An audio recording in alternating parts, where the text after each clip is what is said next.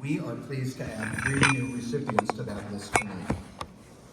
The Outstanding Young Alumni Award honors alumni 40 years or younger with a significant record of career or civic achievement and promise in their profession.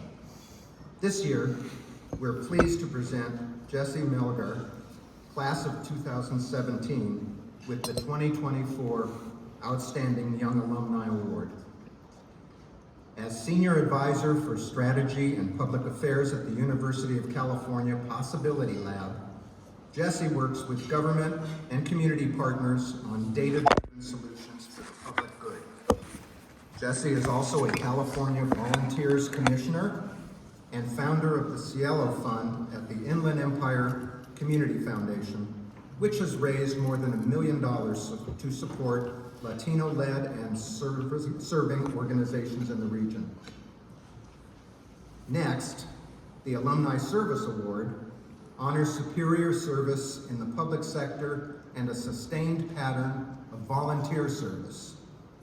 This year, we are pleased to recognize Manav Sachdevia, class of 1999, with this award. Since 2017, Manav has worked for the United Nations in several capacities, including as a senior analyst and program specialist for Asia Pacific and Arab states, and as senior advisor to Afghanistan UN Women. Beginning in 2019, he also served as the Chief International Officer for McCann World Group in Kiev, Ukraine. Finally, the Distinguished Alumni Award is the highest honor awarded by the UCR Alumni Association. It is based on national and international recognition of an alumnus's work within their field, yielding widespread impacts. This year, we are pleased to recognize Christy Lopez, class of 1990, as our 2024 award recipient.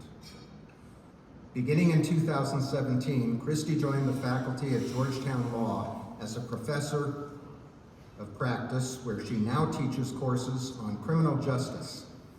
She previously served as a deputy chief in the Special Litigation section of the Civil Rights Division at the U.S. Department of Justice.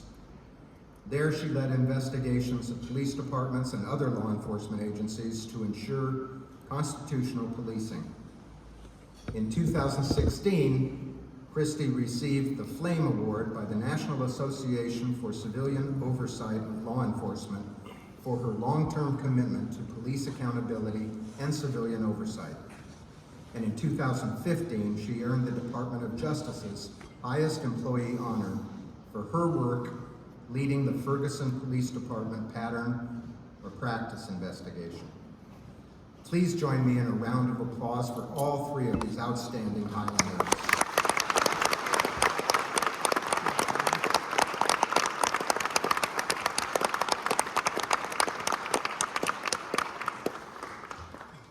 Now let's learn more about each of our honorees, beginning with our Outstanding Young Alumni Award recipient, Jesse Melgar.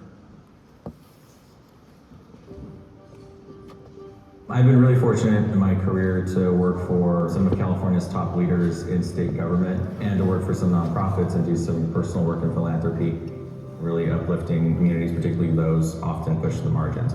I was communications director for Equality California. I was communications director for the Latino Legislative Caucus in the state Senate. I served as a deputy secretary of state overseeing communications for the California Secretary of State's office, and Alex Padilla, who's now our senator. And I had the privilege of serving in crisis for Governor Gavin Newsom as his communications director and press secretary. Now I work at University of California Possibility Lab, where I advise state departments and agencies on innovations that improve the public good. Regardless of the jobs that I've had throughout my career so far, they've taken me to LA, to Sacramento, and other parts of the state. I've always maintained a strong and close tie to the Inland Empire. It's a region that is growing. It's on the cusp of really, having transformation that's impacting the state and nation. And so what I've tried to do since I've left government service is to really, step up my volunteer service. So I was proud to join the Inland Empire Community Foundation as vice chair now to really advance some of the the work that we're doing locally to empower our nonprofits. So we are a grant-making body. We support nonprofits in Riverside and San Bernardino counties.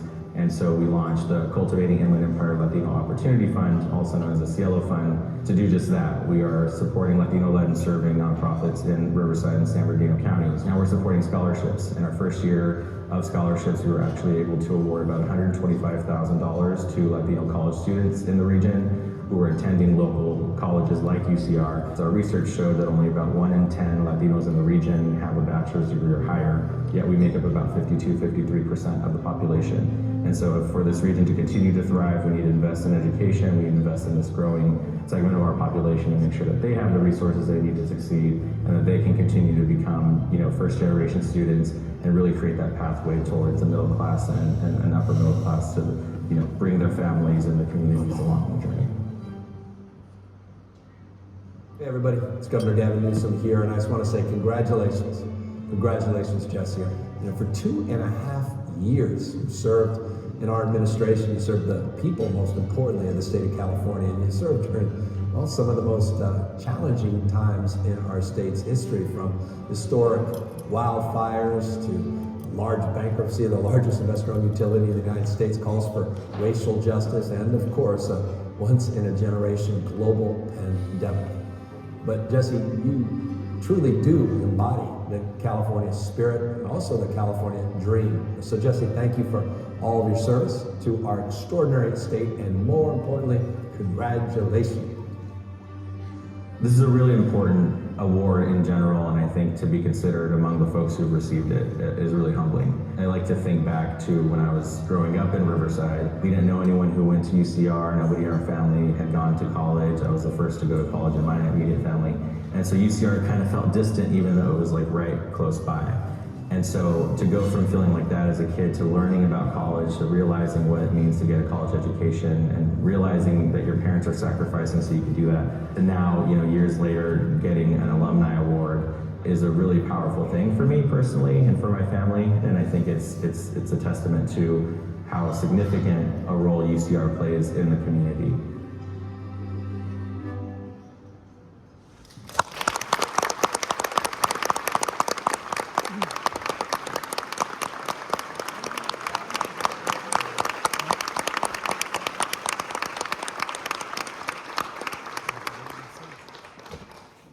Jesse, congratulations on this well-deserved distinction.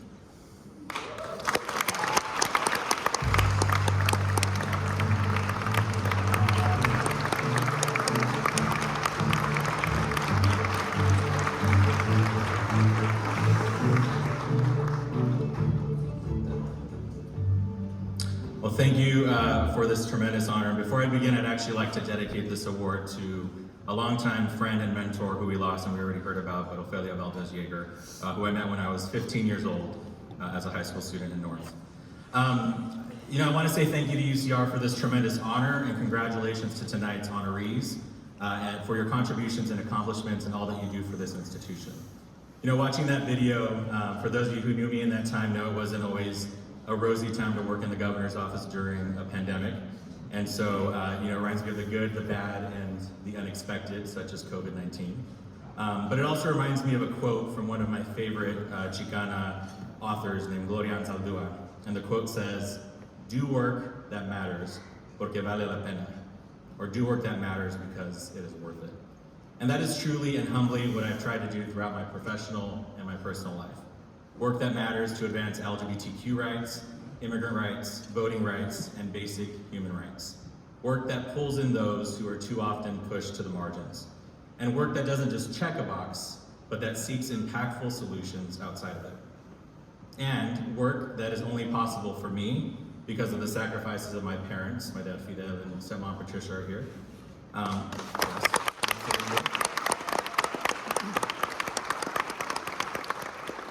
The love of my husband Angel, who is also here.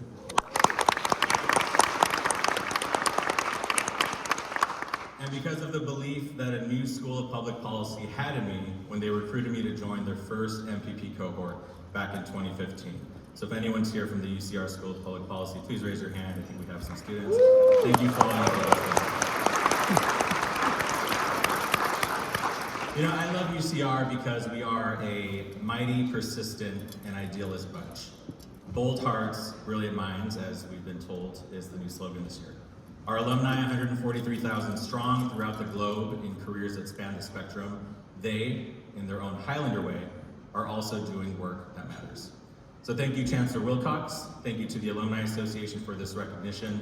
It is truly, truly an honor for my family and I, and of course, go Highlanders.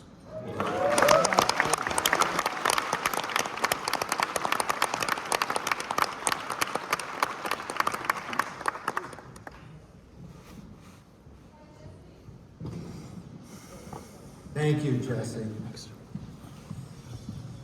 Next, let's discover more about our Alumni Service Award winner, Manevsach Debian. We are leaving from Warsaw, Poland, towards India. In the last 2.5 decades, I've basically worked on every continent. When I had to go to Afghanistan, I would tell my daughter, look, just as you are 6 and there are kids that are 6, they look towards their parents for creating a safe space for them. That's what I do. I'm going to create conditions for better living, for improving rights of children, sometimes improving the infrastructure, improving right to education, a right to public space for a woman. I'm still doing the same thing. It can be as simple as sitting with governors of certain states, explaining respect for the opposition to speak, or it can be as hard as actually having them in a room. If you're not there, they will potentially pick up problems, violence. Service is showing up and being there, and standing together with people through a flood or an earthquake or a war or a complex emergency that combines them all sometimes, because nobody wants to feel totally alone.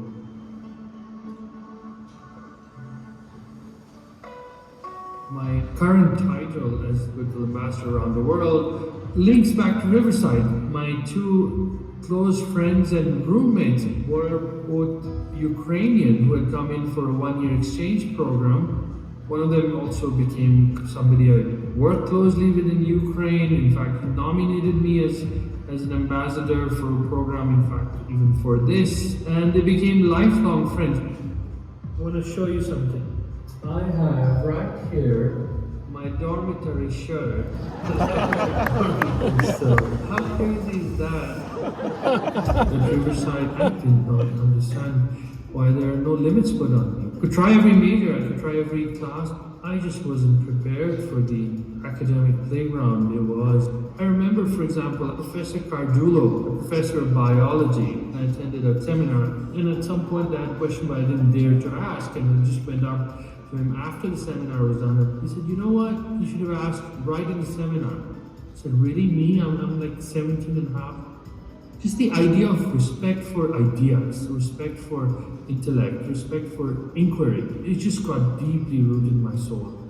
Luckily at Riverside, I also found that there are other ways I could be of service at the path that I didn't even know before treading it. There was this United Nations and other paths that existed of traveling the world and serving war zones and other places. I think once one is alright with the idea of service, then one is never without something to give. When one has accepted that one's own self is enough as something to serve with, you've exchanged something of human value. That's the Sacha Sada, as we call it in Punjabi, means the true value exchange. What you get back is endless. From that, I think one gets all the energy to serve. There's nothing better. There's nothing better. It seems extraordinary, having walked the path for 2.5 decades, to arrive at this moment that the service around the world meant something to my alma mater. I cannot tell you how inspiring that is for me to continue doing this work, and it means the world to my family. I'm really moved. I'm thrilled to bits to receive this award, and I thank UC Riverside from the bottom of my heart. Peace and harmony in all the world. Peace and harmony in all the world.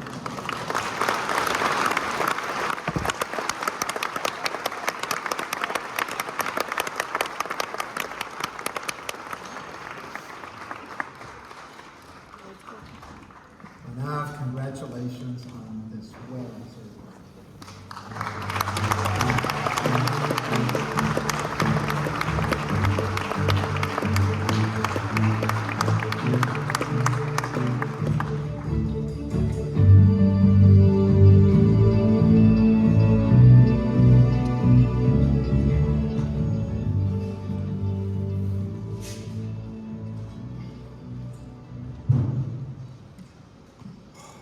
Things are hard.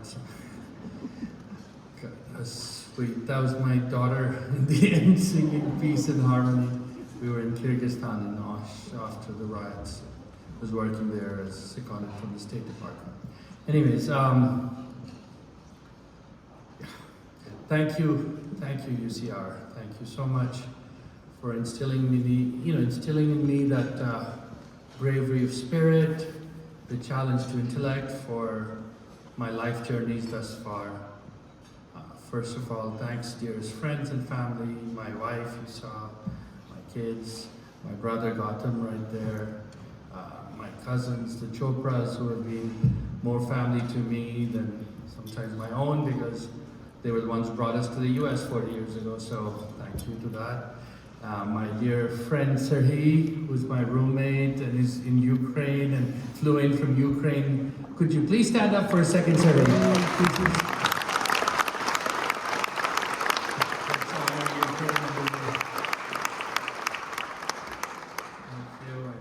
Other friends and family who couldn't be here, Amri, Sasha, of course, I remember my bereaved father and my mom who couldn't be here, but thank you, Samir, thank you, Richard, thank you all the friends and family who are here, and also others who have passed on, venerable teachers and friends who helped me realize the true value of human service.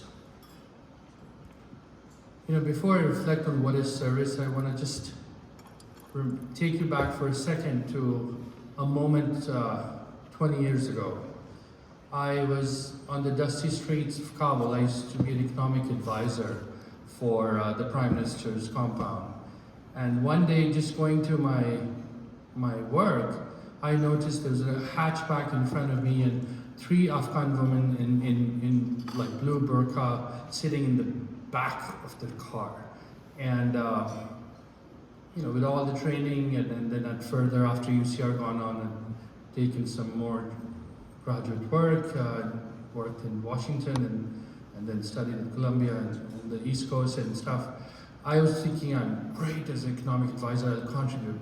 But suddenly I noticed in the back there's 3 women scrunched up in the blue burqa and then men always sitting in the front. Then I looked around and I noticed that was a common sight. And you know, I started to really question, you know, what am I doing as a economic advisor? I need to focus on women's rights. I need to focus on rights-based approach to life. And that deepened, you know, as a person of South Asian descent, it also deepened for me the idea that service means also being true to yourself. What can you be an example of that leaves life, you know, for people behind? So when I looked around, I noticed there was a common sight there. Women always relegated to the back. So I committed myself to that as a conduit for service for myself as well.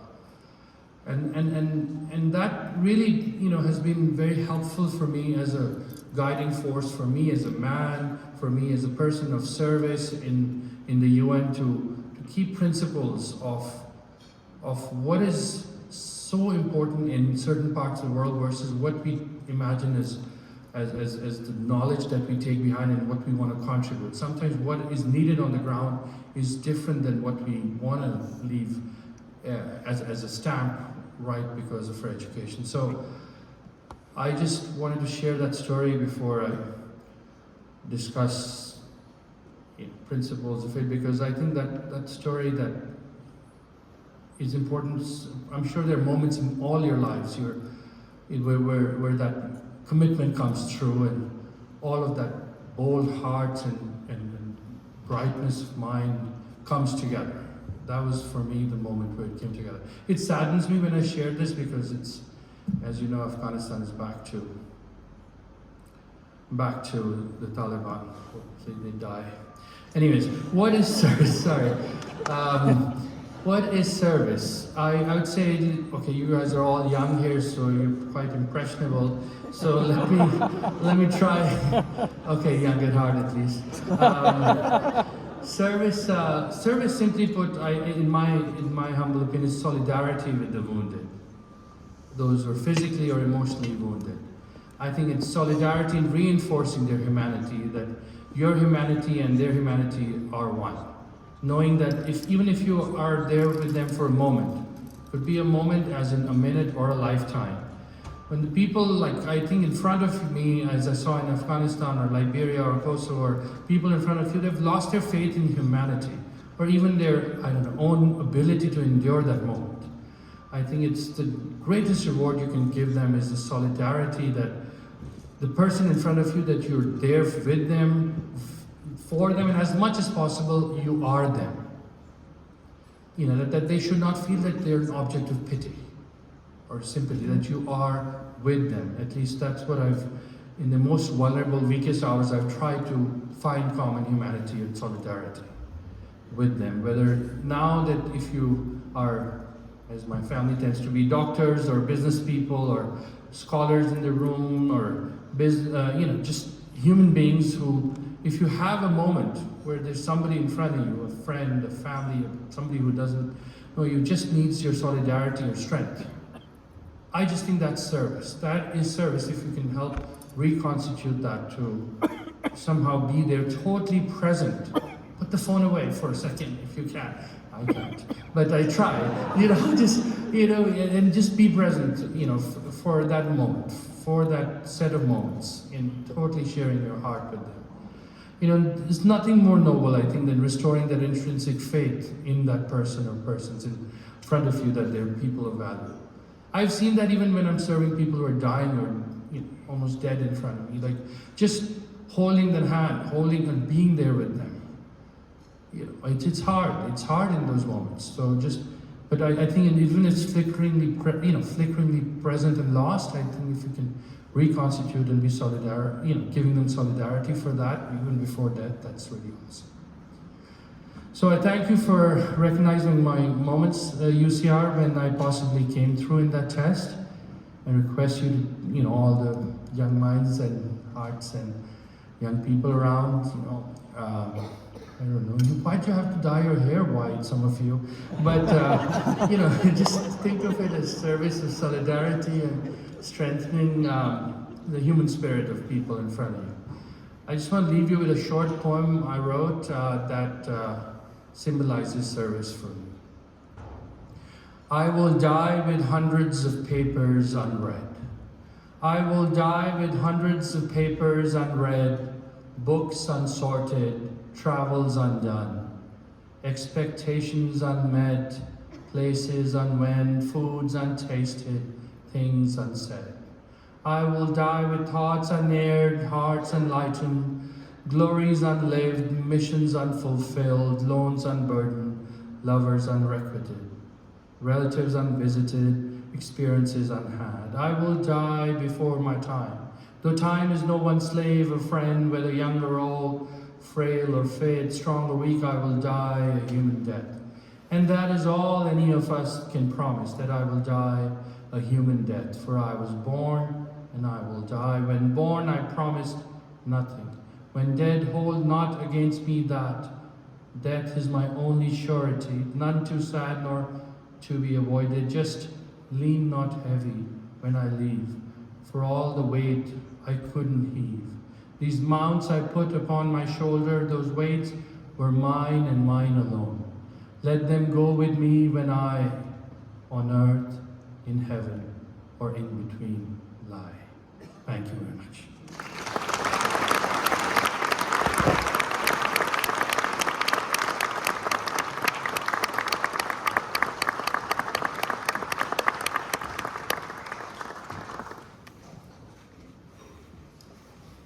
That was an amazing poll. Thank you, Manav.